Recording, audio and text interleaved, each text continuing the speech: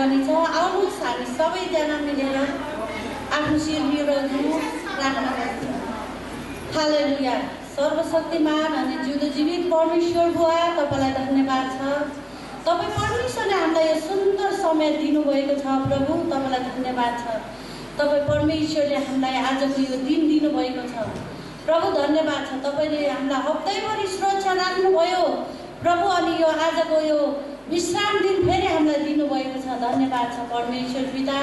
अनि परमेश्वर तपाईँसँग हामी बिन्ती गर्दछौँ, प्रार्थना गर्नेछौँ। अनि परमेश्वर हाम्रो बोलाइबाट, हाम्रो हेराइबाट, हाम्रो काम गराइबाट हामीसँग भुल गल्ती भएको छ भने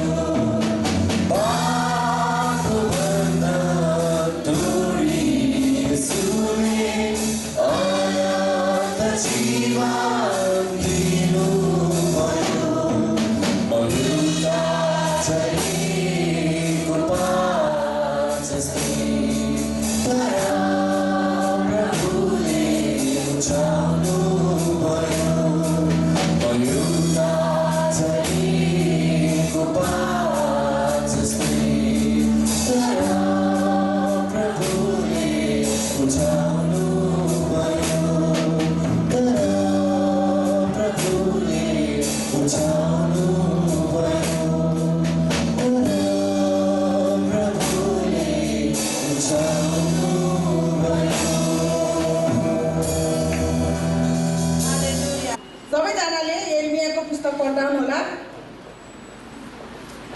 एर्मिया 15 को 1 देखि 9 सम्म हामी हेर्नेछौँ। सबैजनाले आफ्नो बाइबलमा हेर्नु होला। तब परमप्रभुले मलाई भन्नुभयो, मोसा र शमूएल मेरो सामुन्ने खडा भए तापनि यस जातितिर मेरो मन फर्कने छैन। तिमीहरूलाई मेरो सामुन्नेबाट निकालिदे, तिमीहरूलाई जान दे, अनि हामी कहाँ जाउँ भनेर यदि तिनीहरूले तँलाई सोधे भने तैँले तिनीहरूलाई यसो भन्, परमप्रभु यसो भन्नुहुन्छ, मृत्युको लागि लेखिएका भए मृत्यु नै तरवारले मारिनेहरू तरवारतिरै जाउन्, भोकले मर्नेहरू भोकले नै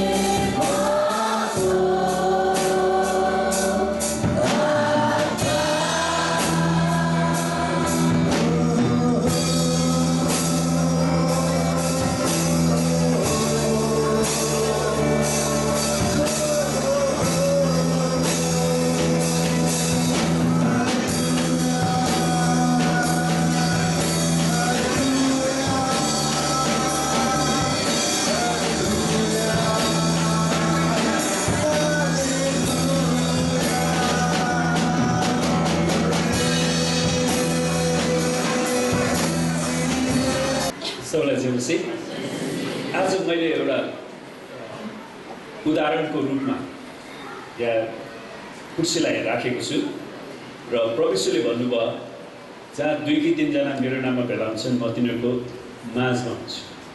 आमेन। र हामीले एउटा कुरा निर्णय गरेका छौँ, हाम्रो प्रभुलाई हाम्रो मण्डलीको सिंहासनमा राख्न चाहन्छु। आमेन। अनि हामी सबै आँखा चिम्लौँ र म प्रार्थना गर्छु, प्रभुलाई बिन्ती गर्छु उहाँ आएर यो कुर्सीमा बसिदिनुहोस् अनि उहाँको उपस्थितिमा आज सबै कुरा हामी गर्नेछौँ।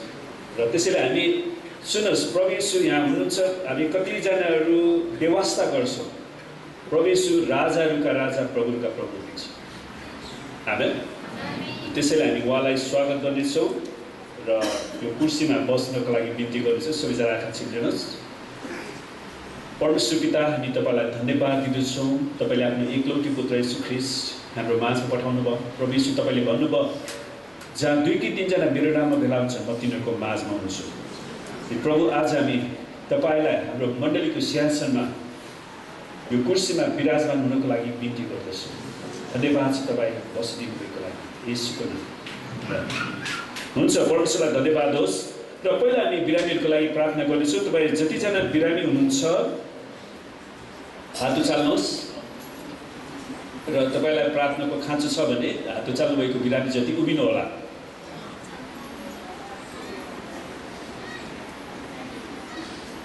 र तपाईँलाई जहाँ समस्या छ त्यहाँ हात राख्नुहोस् र अरूहरूले बिरामीतिर हात बढाउनुहोस् र आउनुहोस् हामी प्रार्थना गरौँ। परमेश्वर पिता, हामी प्रार्थना गर्छौँ तपाईँका छोराछोरीको शरीरमा जे जति रोग बिमारहरू, शारीरिक दुर्बलताहरू, कमजोरीपनहरू अनि डेङ्गुका भाइरसहरू, घाँटी दुख्ने, टाउको दुख्ने, ढाड दुख्ने, कम्मर दुख्ने, नसा र सबै मसल्सका प्रब्लमहरू, हड्डीका प्रब्लमहरू प्रभु अनि सुगर प्रेसरका समस्याहरू हामी सबैलाई येशूको नाउँमा निस्किने र येशूको कुराको चोटमा ती सबै रोगहरू निको भइसकेको घोषणा गर्दछु। पवित्र आत्मा तपाईँले येशूको चङ्गाइलाई बगाइदिनुहोस्। प्रभु प्रत्येकलाई छुनुहोस्, पूर्ण चङ्गाइ र छुटकारा ल्याउनुहोस् येशूको नाममा। र दोस्रो विषय हामी प्रार्थना गर्नेछौँ। परमेश्वरको वचन बाइबलले भन्दछ काम नगर्नेले के हो, खाना पनि नखाओस्। आमेन। त्यसैले तपाईँ जतिजना काम गरिरहनु भएको छ, तपाईँको अर्थतन्त्रमा, तपाईँको तलबमा, कारोबारमा वृद्धि भएको चाहनुहुन्छ, आशिष चाहनुहुन्छ भने हात उचाल्नु होला र म तपाईँको आर्थिक स्रोतहरूमा परमेश्वरले आशिष दिउँ पनि बिन्ती गर्छु ताकि हाम्रो मण्डलीका हरेक सदस्यलाई कुनै पनि रुपियाँ पैसाको अभाव नहोस्। आमेन। परमेश्वर पिता, हामी तपाईँलाई धन्यवाद दिन्छौँ यी मेहनती र परिश्रमी हातहरू जसले तपाईँको वचनअनुसार विभिन्न किसिमको व्यवसायमा रोजगारमा रहेर काम गरिरहनु भएको छ। प्रभु, तपाईँको जनको अर्थतन्त्रमा तपाईँले बेहिसाब आशिष र उन्नति दिनुहोस्। हरेकको तलबमा वृद्धि गराइदिनुहोस्, कारोबारको भुलुमलाई बढाइदिनुहोस्। प्रभुजी, जजनाको रुपियाँ पैसाहरू फसेको छन् भने त्यसलाई येशूको नाउँमा उठ्ने आज्ञा दिँदैछौँ। प्रभु, हरेकलाई सहायता गर्नुहोस्, हरेकको स्कुल फीहरू जुटाइदिनुहोस्। पिता, हामी प्रार्थना गर्दछौँ। अनि प्रभु, जसरी तपाईँले जुटाउनुहुँदछ हरेकलाई धन्यवादको बेटी, प्रेम बेटी अनि दशांश बेटीहरू दिनलाई तपाईँले सिकाउनुहोस्, सहायता गर्नुहोस्। प्रभु, धन्यवाद छ येशूको नाममा। आमेन। हुन्छ, आज हामी एकदमै महत्त्वपूर्ण विषयलाई हेर्दैछौँ र आजको विषय छ परमेश्वरको सर्वोच्चता। अनि इङ्ग्लिसमा यसलाई द sovereignty of God भन्दो रहेछ। सुन्नुहोस्, हाम्रो प्रभु येशू ख्रीष्ट सबैभन्दा सर्वोच्चमा हुनुहुन्छ। आमेन। प्रभु येशू ख्रीष्ट सबैभन्दा सर्वोच्चमा हुनुहुन्छ। अनि मण्डली त्यतिखेर मात्रै त्यो मण्डली रहन्छ जब त्यो मण्डलीले येशूको सर्वोच्चतालाई स्वीकार गर्दछ।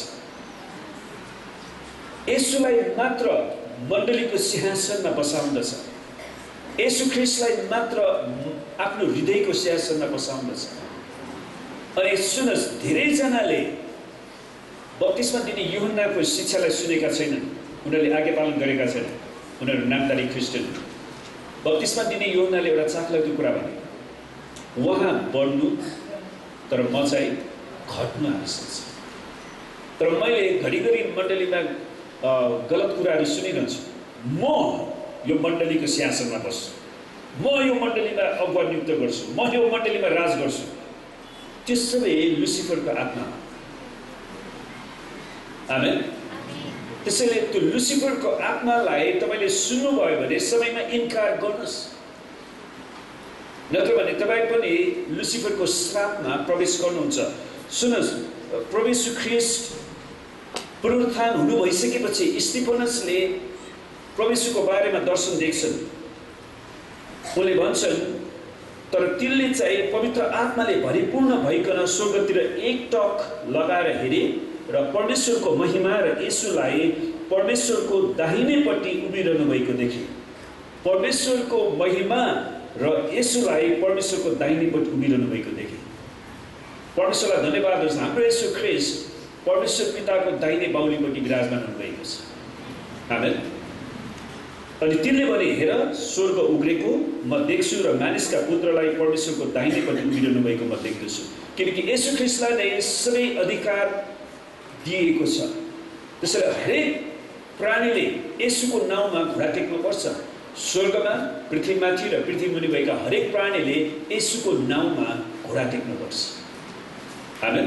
अनि जबसम्म हामी येशूको नाउँमा घुँडा टेक्दैनौँ तबसम्म हामी शैतानको आत्माले चलाइराखेका हुन्छौँ। अनि अर्को ठाउँमा प्रकाश 19:6 पनि लेखिएको छ उहाँको पोसाक र तिग्रामा राजाहरूका राजा र प्रभुहरूका प्रभु अंकित छ। यो चाहिँ यूहन्नाले देखेको दर्शन, परमेश्वरले दर्शनमा देखाउनुहुन्छ परमेश्वर कहाँ हुनुहुन्छ त, अनि उहाँ कुन पदमा हुनुहुन्छ, उहाँ राजाहरूका राजा र प्रभुहरूका प्रभु हुनुहुन्छ। आमेन। हिब्रू 4:12ले भन्छ किनकि परमेश्वरको वचन जीवित र क्रियाशील हुन्छ र कुनै पनि दुईधारे तरबारभन्दा बढी धारिलो हुन्छ। गएको 3 दिन उपवास प्रार्थनामा हामीले हेरेका थियौँ है परमेश्वरको महापवित्र स्थानमा राखिने करारको सन्दुकभित्र के थियो? परमेश्वरको वचन। त्यो करारको सन्दुकभित्र परमेश्वरको वचन थियो। अनि त्यही परमेश्वरको वचनमाथि, करारको सन्दुकमाथि प्रधान पुजारीले इस्रायलको पापको निम्ति र आफ्नै पापको निम्ति पनि त्यो रगत बलिदानको थुमालाई बलिदान गरेर त्यसको रगत कचौरामा लिएर उनीहरूले त्यहाँ चढाउँथे। त्यसले के जनाउँछ त? परमेश्वर र उहाँको वचन उहाँ एक हुनुहुन्छ। त्यसैले हामीले परमेश्वरको वचनलाई इज्जत गर्न सिक्नुपर्छ। जब परमेश्वरको वचन प्रचारिन्छ तपाईँ फोनमा चाहिँ नै खेलेर बस्नु हुँदैन, कुरा गरेर कोट्याएर बस्नु हुँदैन। आमेन। हामीले परमेश्वरको वचनलाई इज्जत गर्न सिक्नुपर्छ। सुन्नुहोस्, परमेश्वरको सर्वोच्चता वा परमेश्वरको सर्वोच्च सत्ता, सर्वोच्च सत्ता यो परमेश्वरको चरित्र मध्ये एउटा चरित्र हो। जब हामी उहाँको सर्वोच्चतामाथि भरोसा गर्न सुरु गर्दछौँ तब हामी हाम्रो आत्मामा ढुक्कपना, शान्ति र विश्राम पाउँदछौँ। आमेन। किनकि परमेश्वर सर्वोच्च हुनुहुन्छ। कुनै पनि कुराभन्दा माथि परमेश्वर हुनुहुँदछ। हाम्रो समस्यामाथि परमेश्वर हुनुहुँदछ। उहाँले हामीलाई त्यतिकै रहन दिनु हुँदैन। हामीले हिजो कहीँ बाइबल स्टडीमा हेरेका थियौँ कि परमेश्वर ख्रीष्टले चेलाहरूलाई गोलाप दिनुहुँदाखेरि पुनरुत्थानभन्दा वा क्रुसमा मर्नुभन्दा अगाडि पनि उहाँले माछाको आश्चर्य कर्म गर्नुभयो भनेर धेरै माछाहरू ताने। अनि मृत्युपछि पुनरुत्थान भइसकेपछि जब चेलाहरू पत्रुस र उसको टिम माछा मारेर जान्छन् भने केही पनि पाउँदैन। त्यसपछि परमेश्वरले के भन्नुभयो? जाल ढुङ्गाको दाहिनेपट्टि हाल्नु हो। त्यो माझीहरूले रातभरि माछा मार्दाखेरि दाहिने बायाँ सबैतिर हानेको थियो नि, तर परमेश्वर आउनु उनीहरूले एउटा माछा पनि पारेनन्। अनि परमेश्वरले भन्नुभयो जाल ढुङ्गाको दाहिनेपट्टि हाल्नु। त्यसपछि के भयो? 153वटा ठुला ठुला माछा तिनीहरूले प्राप्त गरे, तर पनि जाल फाटेन। उनीहरूको भनाइअनुसार वास्तवमा त्यो जाल फाट्नु पर्थ्यो क्या, किनभने त्यो जालले 153वटा ठुला ठुला माछालाई थाम्न सक्थेन। तर म विश्वास गर्छु जब परमेश्वर तिनीहरूले त्यो तान्दै थिए त्यो फाट्नु पर्ने थियो, तर परमेश्वरका स्वर्गदूतहरूले त्यो जाललाई पछाडिबाट धकेलिराखेका थिए। आमेन।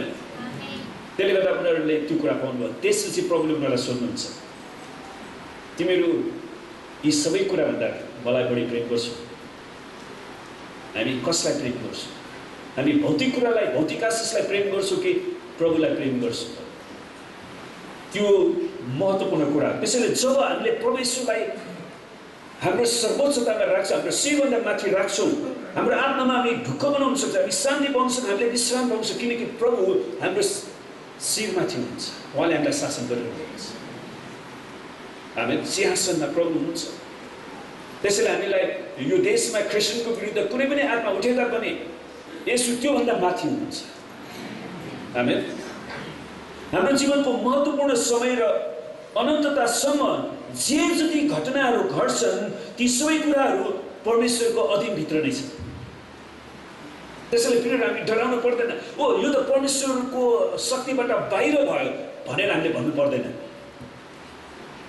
कुनै पनि कुरा परमेश्वरभन्दा माथि जान सक्दैन। यदि त्यो कुरा परमेश्वरभन्दा माथि जान खोज्यो भने परमेश्वरले त्यसलाई गिराउनुहुन्छ। लुसिफर र त्यसको आत्माले त्यही कुरा गर्न खोजेका थिए अनि परमेश्वरले त्यसलाई पृथ्वीमा गिराउनु भयो। परमेश्वरको सर्वोच्चता भनेको समयको सुरु हुनुभन्दा अघि नै परमेश्वर हुनुहुन्छ। सुन्नुहोस्, उत्पत्ति 1:1 सबैलाई थाहा हुनुपर्ने पद हो। के भन्नुहोस् त? आदिमा परमेश्वरले आकाश र पृथ्वी सृष्टि गर्नुभयो। सुन्नुहोस्, आकाश र पृथ्वी सुरु हुनुभन्दा अगाडि नै परमेश्वर हुनुहुन्छ। आमेन। परमेश्वर भएको कारणले नै सबै कुरा भए। उत्पत्ति 1:1 अस्तित्वमा आउनुको मुख्य कारण के हो त? परमेश्वर पहिलेदेखि नै हुनुभएको कारणले हो। त्यसैले हामीले त्यो परमेश्वरलाई विश्वास गरेका छौँ। त्यसैले परमेश्वरले भन्नुभयो त्यहाँ उज्यालो होस्, तब उज्यालो भयो। जब परमेश्वरले उज्यालो होस् भन्नुभयो तब उज्यालो भयो। उहाँ अनन्तदेखि अनन्तसम्म हुनुहुन्छ। त्यसैले प्रियहरू, हामी डराउनु पर्दैन। उहाँले सुरुदेखि अन्तसम्मको समयलाई पहिल्यैदेखि देख्नुहुन्छ। सुन्नुहोस्, हामीहरूलाई भविष्य के हो थाहा छैन, तर परमेश्वरलाई पहिले थाहा छ। येशू ख्रीष्ट जब पृथ्वीमा आउनु हुँदाखेरि उहाँ क्रुसमा जाने योजना लिएर आउनुभएको थियो, तर शैतानलाई त्यो कुरा थाहा थिएन। यदि शैतानलाई क्रुसको योजना थाहा भइदिएको भए येशूलाई क्रुसमा जानलाई त्यसले कुनै प्रेरणा नै दिने थिएन। हो, सुन्नुहोस्, शैतानलाई भविष्य थाहा छैन। अब हाम्रो कतिजना मान्छेहरू खालि धामी झाँक्रीका गइरहन्छ टाइम टाइममा तपाईँको भविष्य हेर्नलाई। शैतानलाई धामी झाँक्रीलाई भविष्य थाहा छैन। भविष्य परमेश्वरको हातमा मात्रै छ। आमेन। सुन्नुहोस्, उहाँले उत्पत्ति 1:1 भन्दा अगाडिको समयदेखि, उत्पत्ति 1:1बाट त समय सुरु हुन्छ। आदिमा परमेश्वरले आकाश पृथ्वी, त्यहाँबाट समयको सुरुवात। तर त्योभन्दा अगाडिदेखि नै को समयदेखि भविष्यमा हाम्रो अन्त्यपछि पनि हामीले देख्न नसक्ने कुरा उहाँले अहिले नै देख्नुहुन्छ। आमेन। त्यसैले हामी चिन्ता गर्नु पर्दैन। हामीहरू भविष्यतिर लम्किराखेका छौँ, तर उहाँ हाम्रो त्यो भविष्यमा पुगिसक्नु भएको छ। आमेन। हामीहरू भविष्यतिर जाँदैछौँ, तर उहाँ त्यहाँ पुगिसक्नु भएको छ। तर त्यो यात्रामा जाने क्रममा हामी कसलाई हेर्छौँ? विगतको अनन्त समयदेखि भविष्यको अनन्त समयसम्म उहाँ पुगिसक्नु भएको छ। त्यसैले परमेश्वर समयभन्दा बाहिर जिउनुहुन्छ। आमेन। सर्वोच्चता भनेको उहाँले सबै कुरा देख्नु मात्र होइन, तर ती सबै कुरा उहाँको हत्केलाभित्र छ। उहाँको हत्केलाभित्र छ। परमेश्वरको सर्वोच्चतालाई भजन सङ्ग्रह 46:10ले राम्रोसँग व्याख्या गर्छ। शान्त हो वा नधर्मरा हो, म परमेश्वर हुँ भनी जान। जाति जातिहरूमा म उचालिनेछु, पृथ्वीमा म उचालिनेछु। त्यसैले मानिसहरूले येशूलाई तल गिराउने प्रयास गरे तापनि त्यो सम्भव छैन। तिनीहरू आफै नष्ट भएर जानेछ। उनीहरूले आफूलाई उचाल्छ म भनेर माथि उचाल्ने प्रयास गर्छ, तर प्रभुले त्यसलाई गिराउनुहुन्छ। तर त्यस्तो वचनहरूबाट, ती शैतानका शब्दहरूदेखि हामी होसियार गर्नु पर्यो। हामीले समयमा त्यसलाई काट्नु पनि पर्छ। त यो परमेश्वरको स्वर्गीय वास्ता वा मार्गदर्शन हो। प्रोभिडेन्स भन्छ इङ्ग्लिसमा। उहाँले जुटाउनु हुने, उहाँले मार्गदर्शन गर्नु हुने, उहाँले आफ्नो वास्ता प्रकट गर्ने कुरा हो, जसले सारा ब्रह्माण्डमाथि शासन गर्दछ। परमेश्वरले सारा ब्रह्माण्डमाथि शासन गर्नुहुन्छ। उहाँको सर्वोच्चताको छाताभित्र परमेश्वरको मार्गदर्शन छ, जसले तपाईँ र मेरो जीवनको हरेक यात्राको विवरणलाई उहाँले अगुवाई गर्दछ। हामी जुन यात्रामा गइराखेका छौँ, परमेश्वरले अगुवाई गर्नुहुन्छ, यदि हामीले उहाँलाई आफ्नो जीवन दियौँ भने। कहिलेकाहीँ हामी विचार गर्दछौँ कि हामी दिनदिनै एउटै काम गर्दछौँ वा हाम्रो जीवनमा विभिन्न अप्रिय घटनाहरू घट्छन्। ती सबै कुरामा परमेश्वरले हामीलाई चेतावनी सहितको निर्देशन गरिराखेको हुन्छ हाम्रो दैनिक जीवनको कार्यमा पनि। सुन्नुहोस्, यिर्मया 29:11मा यो भनेको छ, किनभने जुन योजनाहरू मैले तिमीहरूको निम्ति बनाएको छु। परमेश्वरलाई धन्यवाद होस्, हाम्रो त्यो परमेश्वर हुनुहुन्छ जसले तपाईँ र मेरो निम्ति आफ्नो योजना बनाउनु भएको छ। तर हामीले परमेश्वरले बनाउनु भएको त्यो योजनालाई कतिको खोजी गरिराखेका छौँ कि हामी शैतानको योजनातिर बङ्गेर टिङ्गेर हिँड्छौँ। अनि परमेश्वर भन्नुहुन्छ जुन योजना उहाँले हाम्रो निम्ति बनाउनु भएको छ ती म जान्दछु। परमप्रभु भन्नुहुन्छ ती तिमीहरूका उन्नतिका निम्ति हुन्, नोक्सानीका निम्ति होइन। परमेश्वरले दिनुभएको योजना जहिले पनि उन्नतिको निम्ति मात्र गर्छ, तिमीहरूलाई आशा र भविष्य दिनलाई। प्रियहरू, हामी डराउनु पर्दैन। म हिजो एउटा गीत सुनेर धेरै रोएँ। अनि त्यो गीतमा चाहिँ हाम्रो 3 जना बहिनीहरूले त्यो उनीहरूको चर्चमा भएको वृद्ध बुवा आमाहरूको लागि विशेष गरी गाउनु भएको रहेछ क्या। अनि मलाई धेरै खुसी लाग्यो। अनि उहाँले ती वृद्ध बुवा आमाहरूलाई मृत्युको लागि तयार गरिरहनु भएको थियो। कि परमेश्वरले उहाँको गीत मलाई एकदमै त्यसले छोएको छ। व्यक्ति मृत्युको शैय्यामा सुतिरहेको व्यक्तिलाई देखे अनि स्वर्गदूतले उसको आत्मालाई उठाउनको लागि ऊ तयार भइराखेको छ, किनकि उसले आफ्नो आत्मा येशू ख्रीष्टलाई सुम्पेको छ अनि उसको भविष्य येशूको हातमा सुरक्षित छ। आमेन। इङ्ग्लिसमा सुन्दा एकदमै राम्रो छ क्या त्यो गीत सुन्दाखेरि म धेरैचोटि रोएँ। म प्रभुलाई धन्यवाद दिएँ। त्यो गीतले बिचरा त्यो वृद्ध बुवा आमाहरूलाई आमेन हालेलुया भनेर भनिरहेको थियो क्या। अनि त्यसले कति प्रभावशालीता साथ उनीहरूलाई छोइराखेको थियो। सुन्नुहोस्, किनकि भविष्य, हाम्रो भविष्य मृत्युपछिको जीवनको भविष्य पनि सुरक्षित छ। आमेन। किनकि हाम्रो परमेश्वर सर्वोच्च परमेश्वर छ, उहाँले शासन गर्छ सबै कुरामा। एफिसी 2:10 किनकि हामी असल कामहरूका निम्ति ख्रीष्ट येशूमा सृजना गरिएका उहाँका हातका सीप हौँ। विचार गर्नुहोस्, परमेश्वरले तपाईँलाई कति सुन्दर नाक दिनुभएको छ, कति सुन्दर आँखा छ तपाईँको, कति सुन्दर कपालहरू छ। आमेन। तपाईँको कति सुन्दर ओठ, कति सुन्दर दाँत, हात, खुट्टाहरू परमेश्वरले तपाईँलाई सबै सधैँ दिनुभएको छ। त्यो परमेश्वरको सीप, परमेश्वरको कला।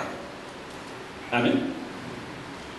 हामी ती बमोजिम हिँडौँ भन्ने हेतुले परमेश्वरले पहिल्यैबाट तयार गर्नुभएको थियो।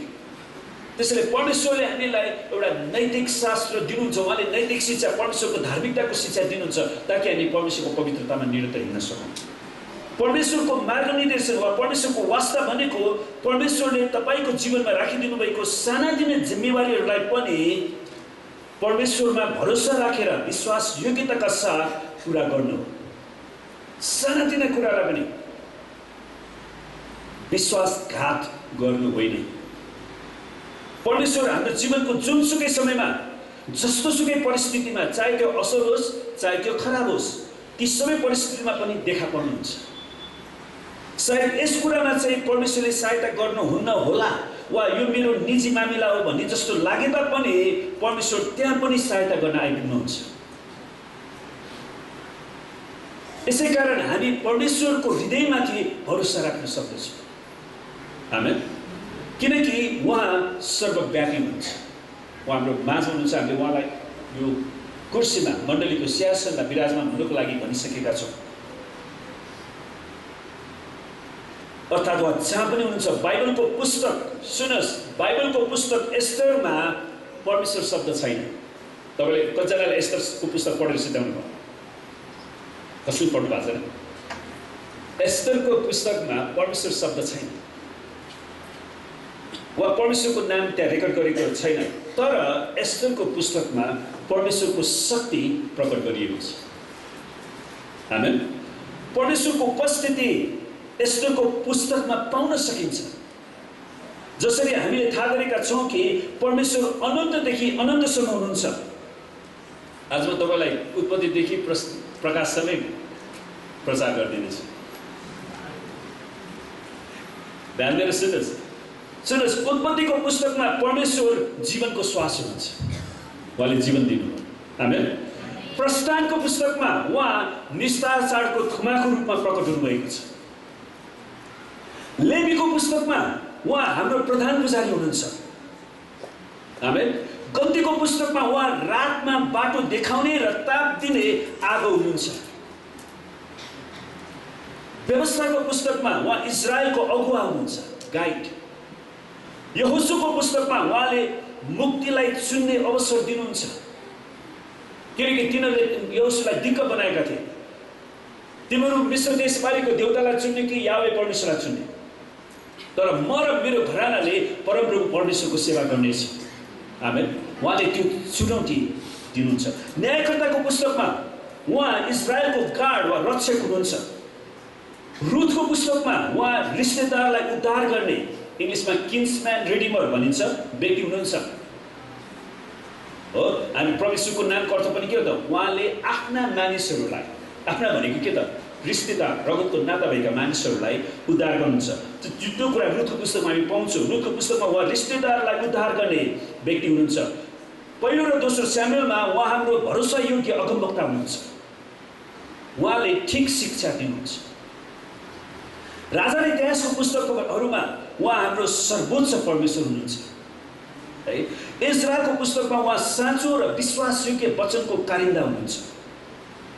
आमेन। नहमियाको पुस्तकमा उहाँ जसले पर्खालको निर्माण गर्नुहुँदछ र उहाँले जीवनको पनि निर्माण गर्नुहुन्छ। उहाँले तपाईँ र मेरो जीवनलाई निर्माण गर्नुहुन्छ। एस्टरको पुस्तकमा उहाँ हाम्रो साहस हुनुहुन्छ। अयुबको पुस्तकमा उहाँ टाइमलेस रिडिमर अर्थात् समय निरपेक्ष उद्धारक वा समयले नबाँधेको उद्धारक हुनुहुन्छ। उहाँले कुनै पनि घडीमा जस्तोसुकै परिस्थितिमा तपाईँ जस्तोसुकै समस्यामा पर्नुभयो भने उहाँले तपाईँलाई उद्धार गर्न सक्नुहुन्छ, यदि तपाईँले उहाँलाई पुकारा गर्नुभयो भने। टाइमलेस रिडिमर भनेको होला त्यो। भजन सङ्ग्रहमा उहाँ हाम्रो बिहानको भजन, बिहानको गीत हुनुहुन्छ। हामी परमेश्वरको आराधना गर्न सक्छौँ। हितोपदेशमा उहाँ हाम्रो बुद्धि र ज्ञान हुनुहुन्छ। आमेन। उपदेशकको पुस्तकमा उहाँ हाम्रो समय र ऋतु हुनुहुन्छ।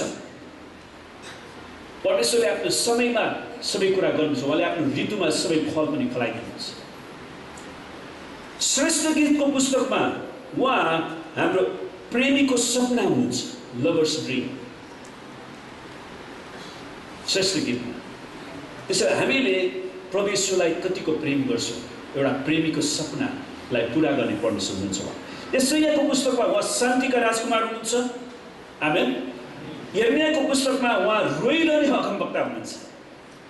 यो अगमवक्ता जो रोएर प्रार्थना गरिरहन्थे, रोएर परमेश्वरको वचन सिकाउँथे, ती इजरायलहरूको बाघीपनलाई देखेर परमेश्वरको आत्माले उसलाई प्रेरणा दिनुहुँदैछ। त्यसलाई यर्मिया अगमवक्तालाई रुची अगमवक्ता पनि भनिन्छ। तपाईँलाई थाहा छ?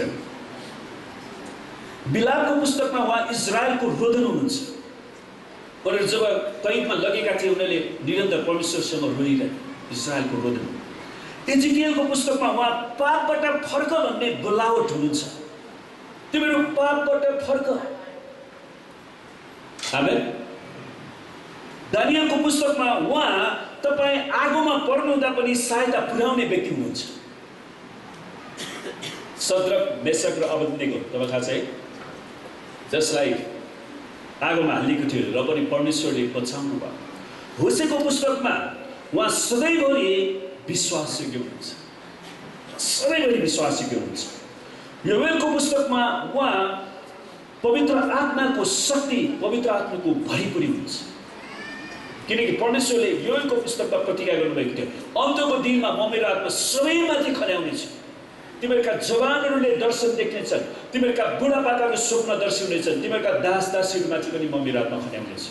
परमेश्वरले योवेल अगमवक्तालाई त्यो प्रतिज्ञा दिनुभएको थियो, जुन 2000 वर्ष अगाडि पुरा भयो। आमोसको पुस्तकमा उहाँ बलियो हात जसले बोक्नुहुन्छ।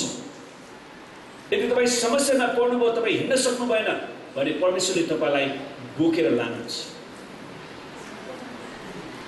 ओबदियाको पुस्तकमा उहाँ प्रभु हाम्रो मुक्तिदाता हुनुहुन्छ। आमेन। त योनाको पुस्तकमा उहाँ महान मिसनरी प्रचारक हुनुहुन्छ। योनालाई प्रचार गर्न पठाएको थियो, हिँड्न भागे, तार्सिसतिर भाग्छन्, तर पछि परमेश्वरले फेरि उसलाई पठाउनु भयो। उहाँ महान मिसनरी प्रचारक हुनुहुन्छ। मिकाको पुस्तकमा उहाँ शान्तिको प्रतिज्ञा हुनुहुन्छ। शान्तिदाता आउनुहुनेछ भनेर मिकाले पनि प्रतिज्ञा गर्छन्। नहुमको पुस्तकमा उहाँ हाम्रो बल र ढाल हुनुहुन्छ। आमेन। हबकुक र सपन्याको पुस्तकमा उहाँ जागृति ल्याउने व्यक्ति हुनुहुन्छ। मण्डलीलाई जागृति चाहिएको छ, परमेश्वरले जागृति ल्याउनुहुन्छ। हामीले प्रार्थना गएको हप्तामा हामीले सिकिराखेका छौँ, हामीले प्रार्थना गर्नुपर्ने महत्त्वपूर्ण विषय, परमेश्वरले तपाईँको मुहारको खोजी गर्ने व्यक्ति बनाउनुहोस्, तपाईँको राज्यको खोजी गर्ने व्यक्ति बनाउनुहोस्, तपाईँको धार्मिकता यो देशमा आउन सकोस्, हाम्रो जीवनमा। आमेन। हाम्रो मण्डलीमा परमेश्वरको पवित्र आत्माको झरी आउन सकोस्। अहिले प्रार्थना गर्नु पनि महत्त्वपूर्ण विषय हो। उहाँ जागृति लिएर आउने परमेश्वरले मात्र हाम्रो मरेको आत्मालाई पनि जीवित बनाउनुहुन्छ। हगाईको पुस्तकमा उहाँ सबै गुमेका कुराहरूलाई पुनर्स्थापित गर्ने हुनुहुन्छ। तपाईँले गुमाउनुभएका जे जति कुरा छ परमेश्वरलाई फेरि पुनर्स्थापित गर्नुहुन्छ। जकरियाको पुस्तकमा उहाँ हाम्रो फाउन्टेन, हाम्रो झरना, हाम्रो फोहरा हुनुहुन्छ। मलाकीको पुस्तकमा उहाँ धार्मिकताको सूर्य, जो धार्मिकता फेरि उदाउँदछ। परमेश्वरको धार्मिकतामा उहाँले हामीलाई डोर्याउनुहुन्छ, जसले आफ्नो पखेटामा आरोग्यता वा चङ्गाई लिएर उदाउनुहुन्छ। परमेश्वर चङ्गाई लिएर आउनुहुन्छ। यी सबै पुरानो करारका विवरणहरूले उहाँ को हुनुहुन्छ भन्ने कुरा जनाउँछ। सुन्नुहोस्, मलाकी र मत्ती अर्थात् पुरानो करार र नयाँ करारको बिचमा 400 वर्षको ग्याप, जसलाई इन्टरटेस्टामेन्टल पिरियड भनिन्छ। मलाकीदेखि मत्तीसम्मको बिचमा 400 वर्षको ग्याप छ। अनि मत्ती, मर्कुस, लुका, यूहन्नामा उहाँ तपाईँको परमेश्वर वा मेरो परमेश्वर मात्र होइन, उहाँ हाम्रो मसीह व्यक्तिगत प्रभु हुनुहुन्छ। आमेन। उहाँ परमेश्वरको चुनिएको अभिषिक्त जन हुनुहुन्छ। पवित्र आत्माले भरिपूर्ण प्रेरितको पुस्तकमा उहाँ स्वर्गबाटको पर्खिरहनु भएको आगो हुनुहुन्छ। सुन्नुहोस्, जब प्रेरितको पुस्तकमा चेलाहरूमाथि पवित्र आत्मा खनाइयो, के भयो? आगोको चिरा जस्तो जिब्राहरू प्रेरितमाले आएका थिए। अनि पवित्र आत्माले उच्चारण गर्न दिए बमोजिम तिनीहरूले अन्य भाषामा बोल्न लाग्यो। त्यसैले प्रियहरू, आज हाम्रो जुन पवित्र आत्माको भरपुरीको कार्यक्रम छ, तपाईँले अहिले पनि आफ्नो हृदयलाई तयारी बनाउनुहोस्। आमेन। सुन्नुहोस्, जवानहरू भविष्यको आशा। आमेन। हाम्रो जवानहरू सक्षम भयो भने, हाम्रा जवानहरूले परमेश्वरको आवाजलाई सुनेर परमेश्वरको वचनअनुसार अगाडि हिँड्यो भने यो देशको इतिहास परिवर्तन हुन सक्छ। तर याद गर्नुहोस्, यदि हाम्रो जवानहरूलाई हामीले गुमायौँ भने उनीहरू ड्रग्स खाने, व्यभिचारमा जाने, वेश्यावृत्ति गर्ने, अनि उनीहरूलाई चाहिँ रिहाबको सेन्टरमा पठाउनु पर्यो, 6 महिनाको 5 लाख बुझाउनु पर्यो भने के हुन्छ? शिक्षामा अरू कुरामा लाग्नुपर्ने पैसा त्यो रिहाब सेन्टरलाई बुझाउनु पर्यो भने तपाईँको परिवार बर्बाद हुन्छ। त्यसैले हामी जवानहरूलाई अगाडि राख्न चाहन्छौँ क्या। आमेन। उनीहरू भविष्यका कर्णधार। उनीहरूले भिजनलाई पक्रिनुपर्छ। भिजन भनेको परमेश्वरको दर्शनलाई, किनकि जवानहरूले दर्शन देख्नेछ। बुढापाकाहरू स्वप्न दर्शन हुन्छ। परमेश्वर उनीहरूलाई सपना दिनुहुन्छ। उनीहरूलाई परमेश्वरले दिनुभएको सपनामा दिनुभएका ती स्वप्न दर्शनलाई उनीहरूले आफ्नो छोराछोरीलाई बाँड्नुपर्छ। त्यसलाई चाहिँ जवानहरूले पुरा गर्ने। आमेन। त्यसैले जवानहरू जेल पनि अगाडि हुनुपर्छ। रोमीको पुस्तकमा उहाँ परमेश्वरको अनुग्रह हुनुहुन्छ। कोरिन्थको पुस्तकमा उहाँ प्रेमको शक्ति हुनुहुन्छ। पहिलो कोरिन्थ दुवै। गलातीको पुस्तकमा उहाँ पापको श्रापबाट स्वतन्त्रता हुनुहुन्छ। परमेश्वरले हामीलाई पापको श्रापबाट स्वतन्त्रता दिनुभएको छ। एफिसीको पत्रमा उहाँ हाम्रो महिमित सम्पत्ति हुनुहुन्छ। आमेन। येशू ख्रीष्ट नै महिमित सम्पत्ति हुनुहुन्छ। फिलिपीको पुस्तकमा उहाँ दासको हृदय हुनुहुन्छ। तिमीहरूमा यस्तो मन होस् जो ख्रीष्टमा पनि थियो। परमेश्वरको बराबरीमा भएर पनि उहाँले त्यसलाई एउटा पक्रिराख्ने वस्तु जस्तो सम्झनु भएन। उहाँले आफैलाई मृत्युसम्मै हुच्याउनु भयो। क्रुसको मृत्युसम्मै उहाँ आज्ञाकारी हुनुभयो। त्यही आज्ञाकारिताको आत्मा परमेश्वरले आज मण्डलीमा खोजिरहनु भएको छ। तर शैतानले कतिजनालाई खालि ठुलो परमेश्वर ख्रीष्ट बस्नुपर्ने सिंहासनमा उगाएर बस्न चाहन्छ। कलसीको पुस्तकमा उहाँ परमेश्वर त्रिएक हुनुहुन्छ। उहाँ पिता, पुत्र, पवित्र आत्मा त्रिएक परमेश्वर हुनुहुन्छ। थेसलोनिको पुस्तकमा उहाँ हामीलाई बोलाउनु हुने राजा हुनुहुन्छ। परमेश्वरले प्रत्येकलाई बोलाउनुहुन्छ। तिमोथी, तीतस र फिलेमनको पुस्तकहरूमा उहाँ हाम्रो मध्यस्थकर्ता र विश्वासयोग्य पास्टर हुनुहुन्छ। आमेन। हिब्रूको पुस्तकमा उहाँ हाम्रो अनन्तको साहस हुनुहुन्छ। त्यो साहस कहिले पनि सिद्धिँदैन। याकुबको पत्रमा उहाँ हाम्रो हामी बिरामी पर्दा निको पार्नु हुने चङ्गाइदाता हुनुहुन्छ। यदि कोही बिरामी हुन्छ भने उसले मण्डलीको एल्डरलाई बोलाओस्, याकुबको मत हुन सिक्छ। पहिलो र दोस्रो पत्रुसको पत्रमा उहाँ हाम्रो विश्वासयोग्य गोठालो हुनुहुन्छ।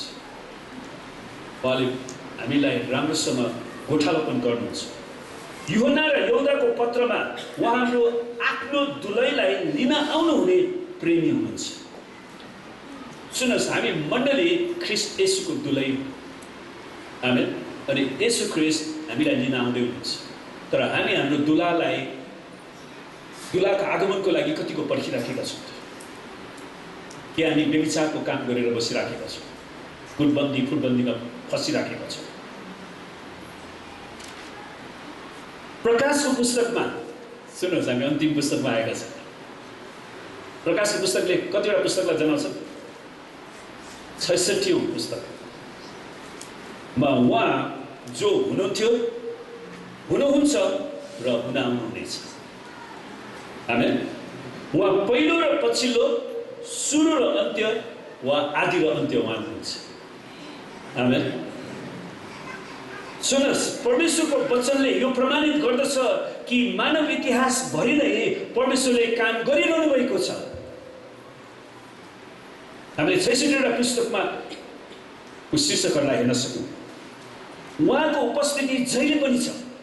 त्यसैले तपाईँले यो नठान्नुहोस् कि मैले सुन्नुहोस्, तपाईँले कुनै पनि खराब परमेश्वर त्यहाँ हुनुहुन्छ भन्ने कुरालाई तपाईँले सम्झिनु पर्यो।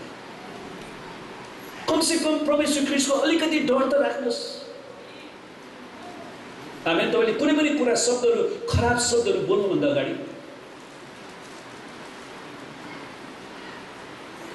किनकि परमेश्वरले काम गरिरहनु भएको छ। उहाँको उपस्थिति जहिले पनि छ। परमेश्वरको उपस्थितिको रहस्य एकदमै अचम्मको, ठुलो र कतिचोटि त बुझ्नै नसकिने पनि छ। हाम्रो दैनिक जीवनका कार्यहरूमा पनि परमेश्वरको रहस्यपूर्ण योजनाभित्र रहिआएको छ। सुन्नुहोस्, हामीले ठानेका सानातिना कामहरू पनि परमेश्वरको योजनाभित्र छ। चाहे त्यो साधारण होस् चाहे असाधारण। हामी प्रत्येक परिवारको व्यक्तिगत घर-घरको कहानी छ। अहिले त हिन्दीमा पनि घर-घर की कहानी भनेर कहिलेकाहीँ उनीहरूले पनि बनाउँछ नि। हरेकको घर-घर की कहानी छ। तर तीहरू पनि परमेश्वरको योजनाभित्र नै भएका छन्। साउल जो पुरानो करारका राजा थिए, जो भविष्यका राजा बन्दै थिए, उनको घटना विवरण, उनको कथा यसरी सुरु हुन्छ। पहिलो सामुएल 9को 1देखि 3 पदमा बेन्यामिनको कुलका एउटा मान्य मानिस, एउटा नेपाली शब्दमा मान्य शब्द प्रयोग गराएको छ। अनि मैले इङ्ग्लिसमा त्यसलाई हेर्दाखेरि मान्ने मात्रै होइन क्या, त्यसले पुरै अर्थ जनाउँदैन। अ माइटी म्यान अफ भेलर, एउटा वीर साहसी पराक्रमी मानिस थिए है। त्यो मान्ने मानिस भनेको वीर पराक्रमी साहसी मानिस थिए, जसको नाम किस थियो। उसको नाम किस। अनि तिनी अबिएलका छोरा, जरोनका नाति, बकोरतका पनाति र आपिहका जनाति थिए। चौथो पुस्तासम्म हेर्दा नाति, पनाति, जनाति के भन्छ, 5-6 कतिवटा पुस्ता। जवान अवस्थामा पुगेका, सुन्नुहोस् यो एकदमै महत्त्वपूर्ण विवरण हो। जवान अवस्थामा पुगेका आकर्षक, एकदमै सुन्दर साउल नाउँ भएका तिनका एउटा छोरा थिए। त्यसबेला इजरायलमा उनको बराबरीको कोही पनि थिएन। उनी सबैभन्दा एक टाउको जति अल्गा थिए। उनीहरू जहिले पनि गर्दाखेरि अरू सबै उसको कुमसम्म आउँथ्यो। अनि तिनीहरूभन्दा एक टाउको अल्को थियो। यहाँदेखि कुमदेखि टाउकोसम्म कति, 1 फिट छ, करिब 1 फिट। तिनी अग्ला थिए। एक दिन साउलका पिता किसका केही गधाहरू हराए। उनीहरूको त्यतिखेरको यातायातको साधन गाडी है, गाडी नै हरायो भने गधा हरायो। त्यसकारण तिनले आफ्ना छोरा साउललाई भने, एउटा नोकरलाई लिएर गधाहरू खोज्न जाऊ। हामी यो खण्डलाई अहिले ध्यान दिएर हेर्नेछौँ। यस खण्डमा राजा साउलको बायोडाटा भनिन्छ इङ्ग्लिसमा वा योग्यताको संक्षिप्त विवरण। तपाईँले कुनै पनि ठाउँमा अहिले जागिर खान जानु पर्यो भने तपाईँले बायोडाटा दिनुपर्छ। थाहा छ कि छैन? तपाईँले कति सालमा के पढ्नुभयो, के काम गर्नुभयो, तपाईँको उमेर, तपाईँ कुन कुन कलेजबाट ग्रेजुएट हुनुभयो, डिग्री के हासिल गर्नुभयो, त्यसरी विवरण तपाईँले दिनुपर्छ। त्यसरी तपाईँले बायोडाटा लेख्नु पनि सिक्नुपर्छ। अनि यिनको बायोडाटा साउलको संक्षिप्त योग्यताको संक्षिप्त विवरण हामी पाउँछौँ। सबैले चुन्न र ग्रहण गर्न सक्ने आकर्षक सुन्दर मानिस थिए साउल। सारा इजरायलमा उनी सबैभन्दा 1 टाउको जति वा 1 फुट अग्ला थिए अनि 9 को 3 पद चाखलाग्दो छ। एक दिन साउलका पिता किसका केही गधाहरू हराए। यसकारण तिनले आफ्नो छोरा साउललाई भने, एउटा नोकरलाई लिएर गधाहरू खोज्न जाऊ। एउटा नोकरलाई लिएर गधाहरू खोज्न जाऊ। त्यो गधा खोज्ने काम एउटा दैनिकी सांसारिक साधारण काम हो। अनि त्यो एउटा साधारण काम पनि परमेश्वरको योजनाभित्र थियो भन्ने कुरालाई कसरी प्रमाणित हुन्छ त? त्यो कुरा पहिलो सामुएल 9 को 15 देखि 16 पद हेर्नु भने थाहा हुन्छ। त्यहाँ यसरी लेखिएको छ, अब साउल आउनुभन्दा एक दिन अघि परमप्रभुले यो वचनद्वारा सामुएल अगमवक्तालाई आफ्नो अभिप्राय, आफ्नो इच्छा प्रकट गर्नुभएको थियो। भोलि यसै समय बेन्यामिनको इलाकाबाट एकजना मानिसलाई पठाउनेछु, त्यसलाई मेरो प्रजा इजरायलको राजा अभिषेक गर। त्यसले मेरो प्रजालाई फलिस्तीहरूको हातबाट छुटाउनेछ। किनकि यो बेलासम्म इजरायलमा राजा थिएन, खालि न्यायकर्ताहरू थिए। अनि इजरायलीहरूले पाप गर्दाखेरि फलिस्तीहरूले जित्थे अनि त्यहाँबाट इजरायलीहरू परमेश्वरमा आउनु हुँदाखेरि उनीहरूले फेरि फलिस्तीहरूमाथि विजय हासिल गर्थे। त्यसैले उनीहरूले हामीलाई एउटा राजा दिनुहोस् भनेर प्रार्थना गरिराखेका थिए। त्यसैले सामुएल अगमवक्ता पनि बुढो भइसकेका थिए। त्यसैले उसको छोराले पनि राम्रो काम गरेन, उनीहरू पतन भएर गए सामुएलका छोराहरू पनि। त्यसैले उनीहरूले हामीलाई एउटा योग्यको राजा दिनुहोस् अरू देशको जस्तै भनेर उनीहरूले प्रार्थना गर्छ। अनि परमेश्वरले भन्नुहुन्छ, भोलि म बेन्यामिन कुलको साउललाई यहाँ पठाउनेछु। त्यसले मेरो प्रजालाई फलिस्तीहरूको हातबाट छुटाउनेछ। मैले मेरो प्रजाको दुःख देखेको छु, किनकि यिनीहरूको क्रन्दन मेरो कानमा आइपुगेको छ। हेर्नुहोस्, यता साउलको घरानामा उनीहरूको गधा हराइरहेको छ अनि गधा खोज्ने जिम्मा उसको बाउले साउललाई दिन्छ, जसको योग्यताको विवरण हामीले हेरिसकेका छौँ। तर त्यसै समय परमेश्वरले सामुएल अगमवक्तालाई भोलि एउटा व्यक्ति म तिम्रोमा ल्याउँदैछु। हेर्छ, एकातिर हेर्दाखेरि गधा खोज्ने काम साधारण काम, तर त्यसभित्र पनि परमेश्वरको ठुलो योजना थियो। परमेश्वरले भन्नुहुन्छ, मैले मेरो प्रजाको दुःख देखेको छु, किनकि यिनीहरूको क्रन्दन मेरो कानमा आइपुगेको छ। पहिलो सामुएल 9 को 17 मा जसै साउल देखा परे तब परमप्रभुले सामुएललाई भन्नुभयो, मैले तँलाई भनेको मानिस यही हो, यही मानिसले मेरो प्रजामाथि शासन गर्नेछ। पहिलो सामुएल 9 को 22 देखि 24 तब सामुएलले साउल र उनका नोकरलाई खाने कोठामा ल्याए र आमन्त्रित मानिसहरू मध्ये मुख्य स्थानमा बसाए। तिनीहरू प्राय 30 जना मान्छे थिए, 30 जना मानिसहरूको माझमा। तब सामुएलले भान्सेलाई भने, मैले तँलाई अलग्गै राख्नु भनी दिएको बात यहाँ ले। सुन्नुहोस्, परमेश्वरले यदि तपाईँको जीवनमा बोलावट दिनुहुन्छ भने तपाईँको निम्ति अलग्गै भोजन पनि परमेश्वरले तयार पार्नुहुन्छ। आमेन। परमेश्वरले तपाईँको निम्ति छुट्टै भोजन पनि तयार पार्नुहुन्छ। अनि उसले त्यो कुरा भन्छ, तब त्यस भान्सेले जम्मै खुट्टा समेतको फिला लिएर आएर साउलको अघि राखिदियो। फिलाको मासु कतिजनालाई मनपर्छ? मन पर्दैन तपाईँलाई? कसैलाई मन पर्दैन। अनि उनले साउलको लागि अघि राखिदियो। तब सामुएलले भने, तिम्रो निम्ति राखेको मासुको भाग यही हो, खाऊ, किनकि मैले पाहुनाहरूलाई निम्त्याएको छु भनी भनेको यस अवसरको निम्ति यसलाई अलग्गै राखिएको थियो। किनकि साउललाई राजा अभिषेक गर्नको निम्ति अनि राजा अभिषेक पछि त्यो खुसियालीमा खाने भोजनको निम्ति त्यहाँनिर त्यो भोजनलाई अलग्गै राखिएको थियो। आमेन। जब कोही व्यक्ति परमेश्वरको इच्छाअनुसार गयो भने परमेश्वरको आशिष त्यहाँ आउँछ। सुन्नुहोस्, त्यसैले हाम्रो जवान भाइ बहिनीहरूलाई म भन्छु, तपाईँ रातै सडकै सडक जो केटाले लभ गर्छु भने त्यससँग नभाग्नुहोस् क्या। आमेन। कसैलाई भाग्ने निर्णय गरिरहनु भएको छ, नभाग्नुहोस्। परमेश्वरले तपाईँको निम्ति अलग्गै आशिष राख्नु भएको छ।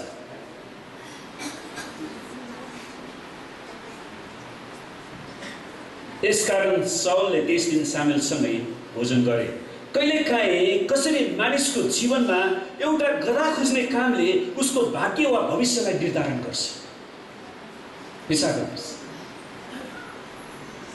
जुन एउटा साधारण दैनिकी सांसारिक काम थियो, त्यसको मतलब के त? हामीले दैनिकी सांसारिक काममा पनि विश्वासयोग्य भएर गऱ्यौँ भने परमेश्वरले त्यही कामद्वारा पनि उहाँले तपाईँको भविष्यलाई निर्धारण गर्नुहुन्छ।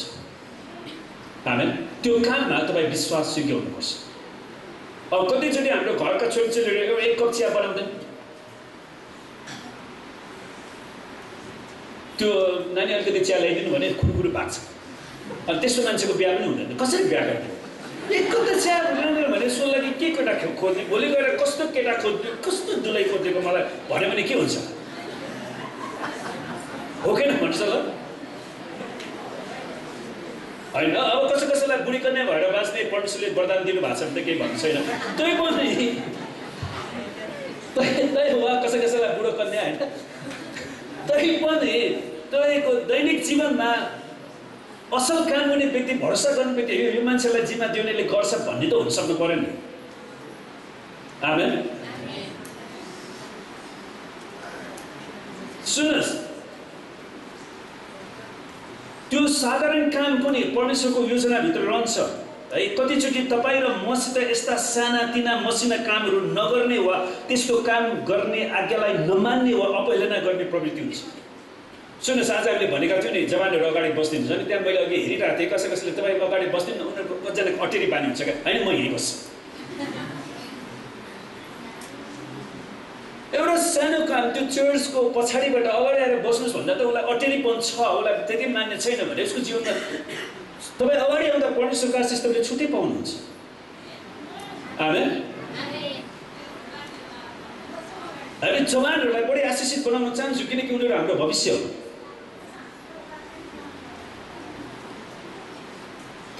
होइन म यही गर्छु। साउलले भन्न सक्थ्यो नि, म घरको छोरा हो, त्यो नोकरलाई पठाउनु न, म किन जाने, म घरमै बस्छु भनेको भए साउलको भविष्य बन्थ्यो। एउटा सानो काम हेर्दाखेरि त्यो सानोतिनो भुसुना काम जस्तो लाग्छ, तर परमेश्वरले त्यही कामबाट तपाईँको भविष्य निर्धारण गर्नुहुन्छ। आमेन।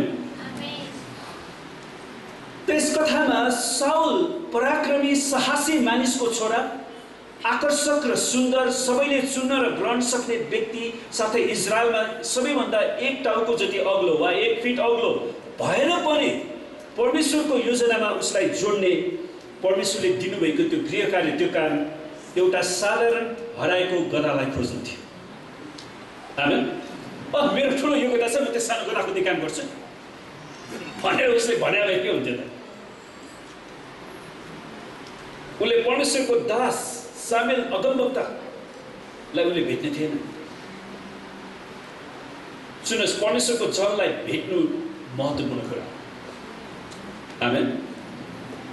एउटा साधारण हराएको गधालाई खोज्ने जिम्मेवारी हामीले गर्नुपर्छ। त्यसैले सुन्नुहोस्, तपाईँले घरमा पनि साधारण काम भनेर तपाईँले भाँडा मान्न सिक्नु भएन भने तपाईँ विदेश नगए पनि हुन्छ।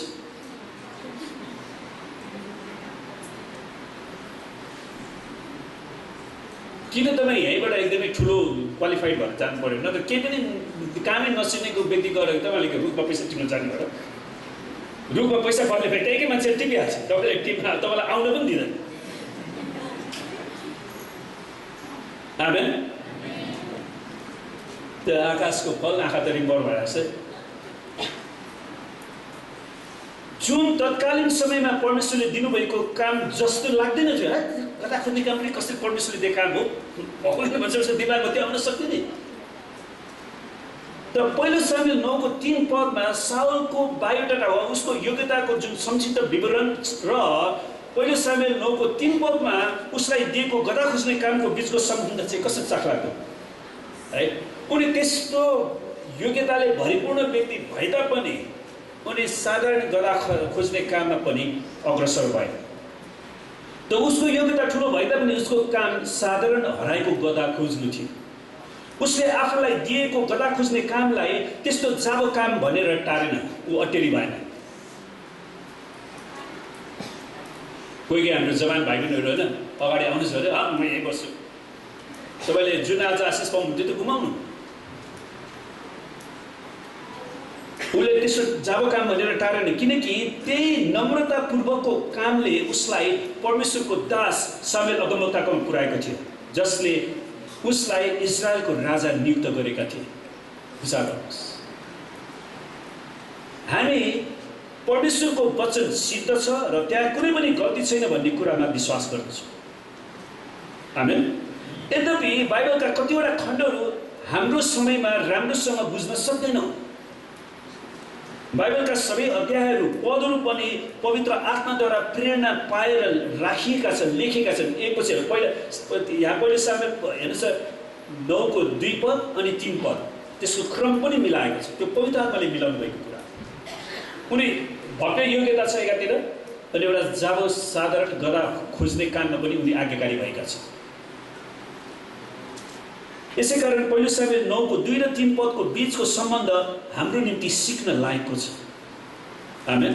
कतिचोटि मण्डलीमा हामी कुचो बढार्ने, टोयलेट सफा गर्ने, जुत्ता मिलाउने, भाँडाकुँडा सफा गर्ने, भान्सामा सहायता गर्ने, आमेन, त्यसैले त्यस्ता कामहरू गर्दाखेरि भाँडाकुँडा सफा गर्ने, भान्सामा सहायता गर्ने जस्ता साना तर महत्त्वपूर्ण काम हामी गर्न चाहँदैनौँ। हामी गर्न चाहँदैनौँ किनभने त्यो सानो काम, त्यो जाबो काम। तर त्यही जाबो कामले तपाईँलाई तपाईँको भविष्य निर्धारण गर्न सक्छ। आमेन। साउलको जीवनमा त्यही कुरा भएको थियो। तर धेरै मान्छेहरू मण्डलीको सिंहासनमा बस्न चाहन्छु, जुन सिंहासन परमेश्वरको निम्ति मात्रै तयार पारिएको छ। यो मण्डलीको सिंहासनमा येशू ख्रीष्ट मात्रै राज गर्ने। आमेन। अनि हामी धेरैचोटि आशिष मात्रै चाहन्छौँ। अङ्ग्रेजीमा एउटा भनाइ छ, अन्त मैले यो भनाइ जस्तै एउटा भाइको टी सर्टमा पनि देखेँ, नो पेन नो गेन। अझै नेपालमा पनि आएर छ त्यो टी सर्ट। अर्थात् दुःख परिश्रम नगरी फल प्राप्त गर्न सकिँदैन भन्ने खोजेको कुरा थियो। पहिलो सामुएल 9 को 2 पदमा बताइएको साउलको योग्यताको विवरणले उसको भविष्य निर्धारण गरेन। उसको कति योग्यता छ भन्ने त्यो कुराले निर्धारण गरेन। तर पहिलो सामुएल 9 को 3 पदमा जब जाबो सानो काम, त्यो हराएको गधा खोज्ने प्रतिको आज्ञाकारिताले उसको भाग्यलाई निर्धारण गरेको थियो। आमेन। त्यसैले हामी परमेश्वरको वचन प्रतिको आज्ञाकारिताले मात्र हाम्रो भविष्यलाई निर्धारण गर्छ। हामीले मण्डलीमा कुनै व्यक्तिलाई 1 गिलास पानी दिएको हिसाब किताब पनि परमेश्वरले राख्नुहुन्छ, दिनुहुन्छ। ती कुराहरूले पनि हामीलाई परमेश्वरको महान योजनाभित्र डोर्याउन सक्छ। दैनिक रूपमा तपाईँले पकाउनु खाना, लुगा धुनु, घरको सरसफाइ गर्नु, पाहुना सत्कार गर्नु पनि परमेश्वरको महान योजनाभित्रका कामहरू हुन्। तिनीहरू पनि कहिलेकाहीँ हामीले नसोचेको वा जाबो ठानेको गधा खोज्ने काम जस्तो कुराले नै हाम्रो भविष्यलाई निर्धारण गरेर राखेको हुन्छ। परमेश्वरले तपाईँको बायोडाटा खोजिरहनु भएको छैन, उहाँले तपाईँको आज्ञाकारिता खोजिरहनु भएको छ। जसरी सुनको सिक्काको दृष्टान्तमा परमेश्वरले भन्नुहुन्छ, स्याबास असल र विश्वासी नोकर, त थोरै कुरामा विश्वासी भइस्, अब म तँलाई धेरै कुराको जिम्मा दिनेछु। साउलको जीवनमा त्यही भयो नि। त्यसले एउटा गधा खोज्ने काममा विश्वासयोग्य भइस्, म तँलाई इजरायलको राजा बनाउँछु। आमेन। जुन कुरा मत्ती 25 को 23 आज तपाईँको जीवनमा परमेश्वरको इच्छा के हो त? के आज हामीले परमेश्वरले हाम्रो निम्ति राखिदिनु भएको महान योजनालाई खोजिराखेका छौँ कि आफ्नै शारीरिक राजनैतिक अभिलाषामा हिँडिराखेका छौँ? अबको 20 वर्षमा मैले परमेश्वरको निम्ति के गरिराखेको हुनेछु? परमेश्वरको प्रत्युत्तर के त? के तिमी मेरो वचनप्रति आज्ञाकारी हुन तिम्रो 20 मिनट मलाई दिन सक्छौ त? कति मान्छेहरू 20 मिनट पनि चर्चमा बसेर घोचाघोच गरेर बोलाबोल गरेर बसिरहेको छ, मोबाइल खेलेर बसिरहेको छ। एलियट भन्ने व्यक्तिले भनेका छन्, त्यो दिदीले यदि तपाईँ परमेश्वरको इच्छा जान्न चाहनुहुन्छ भने अर्को काम गर्नुहोस्, डु द नेक्स्ट थिङ। अर्थात् परमेश्वरले हाम्रो हातभित्र राखिदिनु भएको कामलाई परमेश्वरको वचन र मण्डली विरुद्ध नजाने गरी गर्नुहोस्। आफैलाई सोध्नुहोस् कि मेरो कामले परमेश्वरको महिमा गरेको छ कि मैले परमेश्वरको वेदीमा अपवित्र काम गरिराखेको छु कि? ख्रिस्टको मण्डली दुलैमाथि शासन गर्ने वा ख्रिस्टको दुलैको जार दुला बन्ने आकांक्षा नलिनुहोस्, जसले हाम्रो चरित्रलाई नै ख्रिस्ट विरोधी बनाउँछ। किनकि गलत आकांक्षा र उद्देश्यले गर्दा अन्त्यको दिनमा धेरैको प्रेम सेलाएर जानेछ। जब हामी नम्र भएर सेवकाई गर्छौँ, याकुब 4:10 तपाईँमा आउनेछ, त्यहाँ भनेको छ प्रभुको सामने आफूलाई विनम्र तुल्याओ र उहाँले तिमीहरूलाई उच्च पार्नुहुनेछ। आमेन। प्रिय मित्रहरू, आफैले आफैलाई नउचाल्नुहोस्। प्रभुको इच्छा खोज्नुभयो भने प्रभुले नै तपाईँलाई आफ्नो समयमा उचाल्नुहुनेछ। आमेन। परमेश्वरले दिनुभएको सानो जाबो काम वा गधा खोज्न जानुप्रति विश्वासयोग्य बन्नुहोस्, जसले तपाईँको भविष्यको निर्माण गर्दछ। परमेश्वर विश्वासयोग्य र आज्ञाकारी मानिसको निम्ति पर्खिरहनु भएको छ। परमेश्वरको वचनभरि ती सर्वसाधारण मानिसहरूको विवरण पाइन्छ जसले आफ्नो दैनिक कामलाई विश्वासयोग्यताका साथ पालन गरेका थिए। रिबेका हेर्नुहोस्, जो बतुएलकी छोरी, जो आराम नहाराइममा भएको एउटा नाहोर सहरको, अहिले वर्तमान सिरियाको अलेप्पो भन्ने सहरमा पर्दो रहेछ यो ठाउँमा बस्ने एउटा साधारण स्त्री थिइन्। तर तिनी आफ्नो सांसारिक काममा विश्वासयोग्य थिइन्। सुन्नुहोस्, उनको समयमा अहिलेको जस्तो धाराबाट पानी आउँथेन है, इनारमा लिन जानु पर्थ्यो। साथै पाहुना सत्कार गर्न आफ्ना बाबुआमाबाट राम्रो संस्कार उनले सिकेकी थिइन्, जसको कारण उनी अब्राहमको आशिषभित्र प्रवेश गर्ने मौका पाउँछ। उनले दैनिक रूपमा हरेक दिन बाल्टिनमा कति बाल्टिन पानी इनारबाट लिएर घर पुर्याउनु पर्थ्यो, फेरि आउनु पर्थ्यो, घरबाट गधाहरूलाई खुवाउनु पर्थ्यो, मान्छेलाई खुवाउनु पर्थ्यो, पशुलाई गर्नु पर्थ्यो। ती सबै कुरा उनले कहिले पनि गन्गनाएन। तिनी धन्यवादी थिइन्, जसले गर्दाखेरि उनी अब्राहमको आशिषभित्र प्रवेश गर्ने। सुन्नुहोस्, अब्राहमको आशिष के त? म तँबाट एउटा ठुलो जाति खडा गर्नेछु, तँलाई आशिष दिनेछु, म तेरो नाउँ प्रसिद्ध गराउनेछु र तँ आशिषको मूल हुनेछस्। तँलाई आशिष दिनेहरूलाई म आशिष दिनेछु र तँलाई श्राप दिनेहरूलाई श्राप दिनेछु। तँद्वारा नै पृथ्वीका सबै कुलले आशिष पाउनेछ। यो आशिषभित्र रिबेका प्रवेश गर्न पाइन्। किन? पानी खुवाउने कुरामा विश्वासयोग्यता। अब्राहमको नोकरको गधाहरूलाई उसले प्रशस्त पानी पिलायो अनि उसको लागि भोजन पनि जुटाइदियो। उसलाई पाहुना सत्कार गर्न सिक्यो। उसलाई कुनै पनि चिन्ता थिएन, उसले गरिन्। अनि त्यसकारण उनी अब्राहमको आशिषमा प्रवेश गरिन्, जहाँ अब्राहमको पुत्र इसाकको पत्नी बनेर। सुन्नुहोस्, तपाईँ श्रापित मान्छेलाई कतिजना बिहा गर्न चाहनुहुन्छ? ट्यापे होइन, चोरेर खानुपर्ने, डुलेर खानुपर्ने त्यस्तो मान्छेलाई बिहा गर्न चाहनुहुन्छ? हात उचाल्नुहोस्।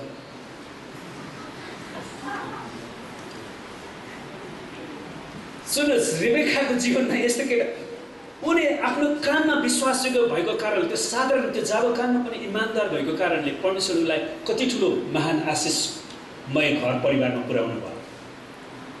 आमेन। जब अब्राहमको नोकरले कृपा गरी तिम्रो गाग्रोबाट मलाई अलिकति पानी पिउन दियो भनेका थिए, तिनले हजुर खानुहोस् भनेर तुरुन्तै गाग्रो भनेर आफ्नो हातमा गाग्रो राखेर त्यसलाई पानी खुवाइदिए। त्यसलाई खान दिइसकेपछि तिनले भने तपाईँका उटहरूका निम्ति पनि तिनीहरूले पि नसकुन्जेल म पानी उघाएर दिनेछु, जुन कुरा उत्पत्ति 24को 17 देखि 19 मा पाइन्छ। तिनले त्यसलाई अझै भनिन्, हामीसँग दाना र पराल प्रशस्त छन्, डेरा गर्नलाई कोठा पनि छ।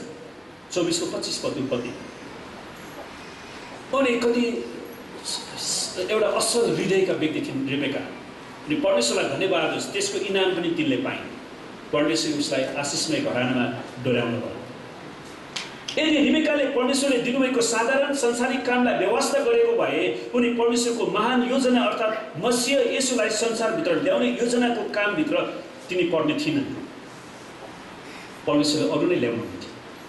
तँद्वारा नै पृथ्वीका सबै कुलले आशिष पाउनेछन् भन्ने जुन प्रतिज्ञा जुन अब्राहमलाई दिएको थियो, त्यो प्रतिज्ञाभित्रको एउटा भागीदार स्त्री नै बन्न पुग्यो। त्यो तिनको आज्ञाकारिताको कामले त्यसलाई आशिषित दुला प्राप्त गर्न सके। आमेन। यदि तिनी बुवाआमाप्रति अनाज्ञाकारी भएर इनारमा पानी तान्न नगएको भए रिबेकाको जीवनलाई परमेश्वरको आशिषभित्र देख्ने थिएनौँ हामी आज। तिनले ढाडमा र कम्मरमा गाग्री बोकेर है इनारबाट पानी लिएर आउने काम प्रत्येक दिन गर्नु पर्थ्यो। अनि तिनी आफ्नो काममा इमानदार र परिश्रमी साथै दयालु पनि थिइन्। उसको हृदय दयाले भरेको थियो। तर त्यो दिन आयो जसले उसलाई अब्राहमको आशिषको घरानामा डोर्यायो। तिमी कहिले पनि आफ्नो कामप्रति निराश दुखी भएनन्। कामप्रतिको तिनको स्वभाव सकारात्मक थियो। उनले गनगनाएर गरिनन्, अर्थात् नम्र र दयालु र आज्ञाकारिता थियो, जसको कारण तिनले अब्राहमले पठाएका नोकरलाई भेट्न सके र आफ्नो जीवनमा परमेश्वरको इच्छा भेटाउन सके। आमेन। त्यसै जोसेफको विरुद्धमा पोतिफरको पत्नीले झुटो अभियोग लगाएर उनलाई झारखण्डमा हाले तापनि, जुन उत्पत्ति 39 को 19 देखि 21 मा पाइन्छ, उसलाई परमेश्वरले दिनुभएको सपनाको अर्थ खोल्ने वरदानलाई उत्सुकताका साथ 2 वर्षपछि 2 कैदी साथीहरूको निम्ति उनले प्रयोग गरेको कारण अन्तमा त्यो बेलाको मिश्र देशमा भएको अनिकालबाट उनले आफैलाई, सारा मिश्र देशलाई र आफ्ना बुवाआमा र दाजुभाइहरूलाई पनि बचाउन सके। आमेन। त्यो बेलाको अनिकालबाट बचाउन सके। त्यो वरदानले उसलाई झारखण्डबाट निकालेर मिश्र देशको प्रधानमन्त्री वा फिरौन पछिको दोस्रो शासक पनि बनायो।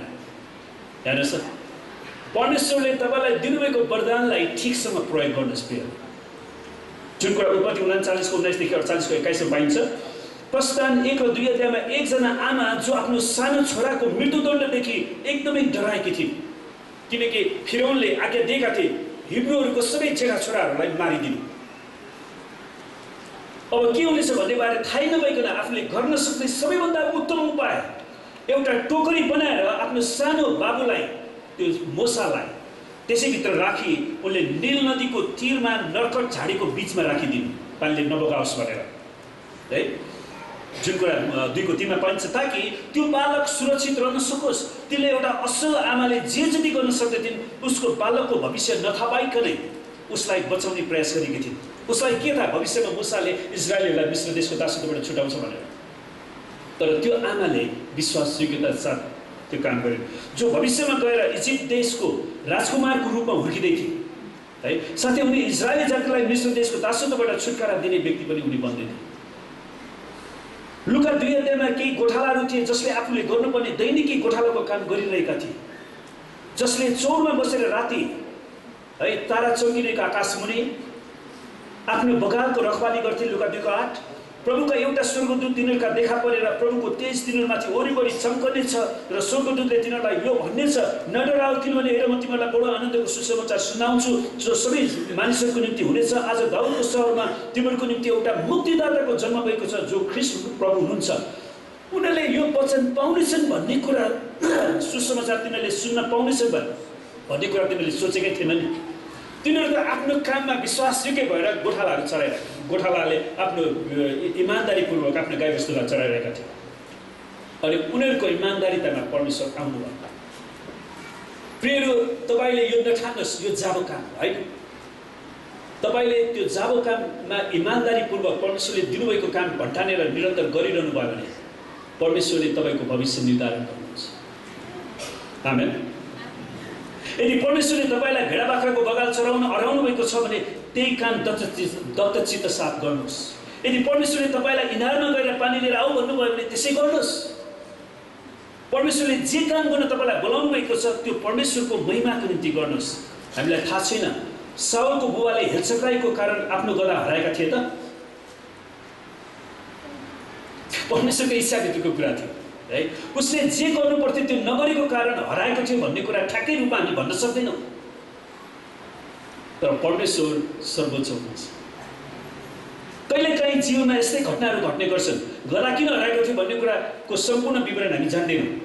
तापनि साउल गधा खोज्ने क्रममा 3वटा जिल्लाहरू याद गर्नुहोस्, सलिसाको जिल्ला, सालिमको जिल्ला र सुपको जिल्ला, 3वटा जिल्ला यात्रा गराएको छ। ठुल्ठुलो जिल्लाहरू, जुन कुरा पहिलो सामेल 9 को 4 देखि पहाड र समुद्र भूभाग हुँदै कस्ता बेकारमा हाम्रो बाबुले मलाई खोज्न पठा भनेर गनगन गरेर बस्या भए।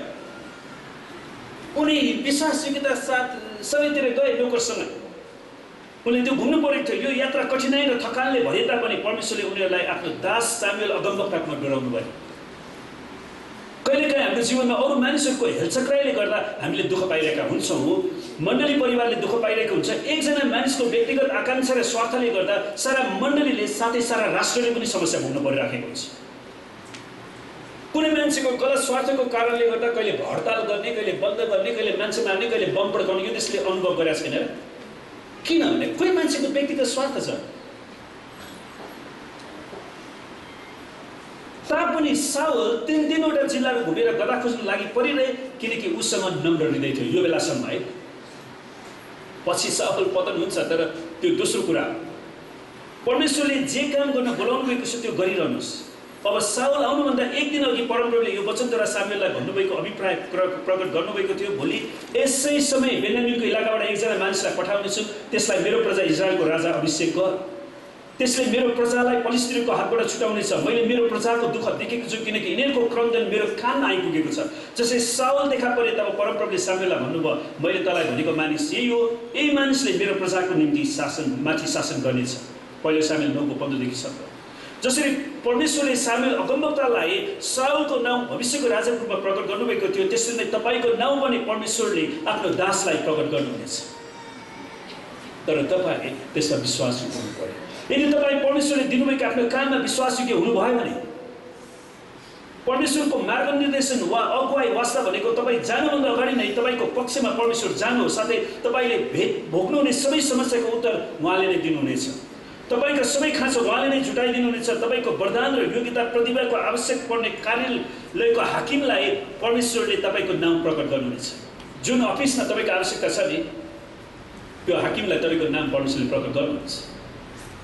आमेन। यदि तपाईँ परमेश्वरको आज्ञाकारी हुनुभयो भने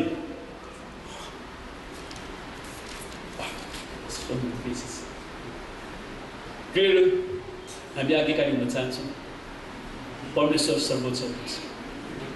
हामी सबै आँखा चिम्ला हामीसँग पवित्र आत्माको भरपूर कार्यक्रम छ। मैले सिद्धाउन पाइनँ। तपाईँलाई धन्यवाद चढाउनु, किनकि तपाईँ धन्यवादको योग्यको परमेश्वर हुनुहुन्छ। म तपाईँलाई धन्यवाद दिँदछु, किनकि तपाईँको मण्डलीको सिंहासनमा विराजमान हुनुभएको छ। तपाईँ हाम्रो प्रभु र परमेश्वर हुनुहुन्छ। तपाईँ मात्र हाम्रो आशा र भविष्य हुनुहुन्छ। पवित्र आत्मा, म तपाईँलाई धन्यवाद दिँदछु, किनकि तपाईँ हाम्रो सहयोगी हुनुहुँदछ। यसो जस्तै अर्को व्यक्ति हामीलाई शिक्षा दिनुहुने, अगुवाई गर्नुहुने, सुरक्षा दिनुहुने परमेश्वर तपाईँ हुनुहुन्छ। परमेश्वर पिता, जसरी तपाईँले आफ्नो दास योगेल अगमवक्ताद्वारा प्रतिज्ञा गर्नुभयो, आखिरी दिनहरूमा सबै मानिसहरूमाथि मेरो आत्मा खनाइदिनेछु। तिनीहरूका छोराहरू र तिनीहरूका छोरीहरूले अगमबाणी बोल्नेछन्। तिनीहरूका जवानहरूले दर्शन देख्नेछन्। तिनीहरूका बुढापाकाहरू स्वप्नदर्शी हुनेछन्। आफ्ना दास दासीहरूमाथि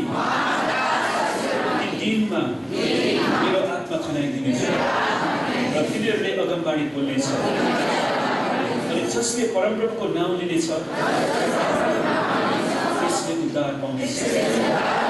तपाईँले यो पनि भन्नुभयो, तिनीहरूमध्ये कुन चाहिँ बाबु होला जसको छोराले रोटी माग्दा ढुङ्गा देला, माछा माग्दा साप देला, अन्डा माग्दा बिच्छी देला। तिमीहरू दुष्ट भइकन आफ्ना छोराछोरीहरूलाई असल कुरा दिन चाहन्छौ भने उहाँसँग माग्नेहरूलाई परमेश्वर पिताले कति बढ्ता गरेर पवित्र आत्मा दिनुहुनेछ। यसकारण पिता, तपाईँको वचनको प्रतिज्ञा अनुसार तपाईँको पवित्र आत्मा हामी माथि खन्याउनुहोस्, म माथि खन्याउनुहोस्। हामीलाई तपाईँको आत्माको ताजा अभिषेक दिनुहोस्। सबै छुवाहरू भाँचिदिनुहोस्, हामीलाई स्वतन्त्र बनाउनुहोस्। प्रभुसँग तपाईँलाई अझै प्रेम गर्न सकौँ, तपाईँलाई चिन्न सकौँ। प्रभु र अरूलाई चिनाउन सकौँ। म विश्वास छ येशूको नाममा पवित्र आत्मालाई ग्रहण गर्दछु। आमेन। उहाँको आत्मालाई ग्रहण गरिरहनुहोस्।